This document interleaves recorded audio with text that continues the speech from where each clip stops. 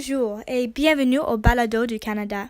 Aujourd'hui, nous allons remonter dans le passé et voyager dans les années 1920 où nous allons parler du célèbre groupe des Sept. De retour en 1917, un artiste appelé Tom Thomson avait l'idée de commencer un nouveau style d'art. Il était ennuyé avec le style classique des Européennes. Il a trouvé 7 autres artistes qui ressentaient la même chose. Malheureusement, en 1920, Thomson est décédé d'un mystérieux accident de noyade. Franklin Carmichael, Lauren Harris, A.Y. Jackson, Arthur Leesmay, J.E.H. MacDonald et Frederick Varley ont composé des sets originaux artistes avec la même passion que Thomson. Ils ont décidé de commencer un groupe pour lui honorer. Ce groupe était appelé le groupe des Sept. Ils sont devenus les artistes les plus influents au Canada. Leur style était très différent des Européennes. C'était beaucoup plus simple avec moins de détails et des couleurs plus vibrantes.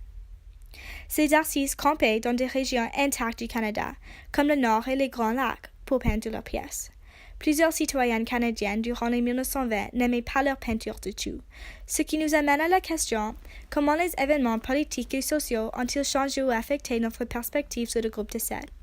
Donc, comme j'ai juste dit, le groupe des Sept n'était pas vraiment apprécié dans le début de leur groupe. Mais pourquoi est-ce que c'est relevant d'aujourd'hui? On sait que les humains détestent la chance. C'est comme nous sommes peur de l'échange, et ça c'est un fact. Mais c'est difficile d'agrandir comme une société s'il n'y a pas de change. Dans les derniers mois, l'AGO dans Toronto a dit qu'ils ont secrètement vendu plusieurs pièces du groupe des Sept pour faire l'espace dans nos galeries pour les autres artistes. Plus précisément, les artistes indigènes et femmes.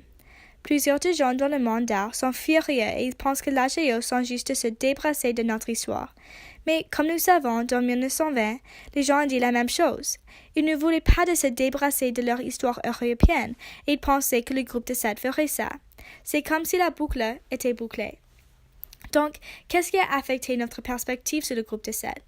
Il y a toujours de nouveaux artistes et styles, et si nous juste ignorons ces nouvelles choses, nous ne grandirons pas. Si, en 1920, le groupe des Sept n'était pas finalement accepté, nous utiliserons probablement encore le style européen de 1920. Sur le plan politique, il est important d'avoir une variété d'artistes différents dans une galerie, ce qui est une raison majeure pour que l'AGO ait fait l'espace aux artistes autochtones et aux femmes. Le groupe des Sept contient les artistes les plus influents dans l'histoire du Canada, et c'est important de les honorer.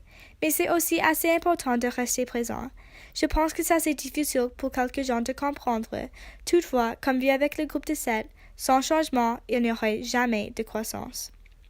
Le but du groupe des Sept, c'était de montrer au monde que le passage canadien était spectaculaire, et ça a pris un peu de temps, mais durant les années, le groupe des Sept a réalisé leur but. Ils sont devenus très importants dans l'histoire du Canada, mais il serait peut-être temps de laisser partir un peu et de laisser une chance à d'autres artistes.